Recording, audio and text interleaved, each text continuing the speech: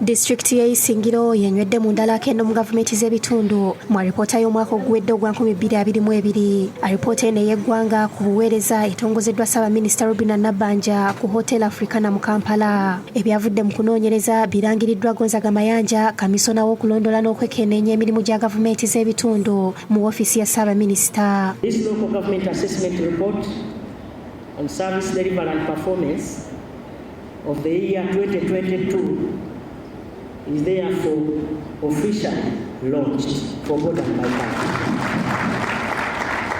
Nabbanja mu kutongoza alipoota asabye abakulembeze ba gavumenti z'ebitundu okweyambisa ebizuuliddwa okutuusa obuweereza ku bantu. I want to lastly urge you to use this event to identify the challenges that are hindering service delivery in your respective local governments and propose actions for addressing them.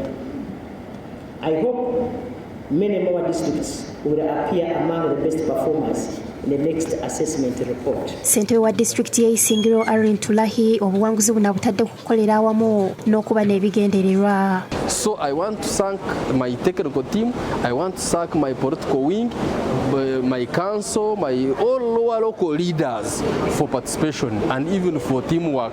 If you don't have teamwork, you cannot survive, you cannot work. Richard Rabuhinga, ssentebe wa disitulikiti y'e Kabarole era nga ye ssentebe w'ekibiina ekigatta gavumenti z'ebitundu, agambye nti gavumenti yandikoze omulimu gwayo okuweereza ssente mu budde nabo basobole okuwa abantu ebyetaagisa. Pray that through you as the lead of government business, we know as local government leaders there is that 3% which is always left at the discretion of the Minister of Finance that can be used to help these local government leaders get good and decent means of transport.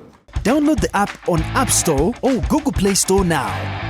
Vision Digital Experience, the future of media.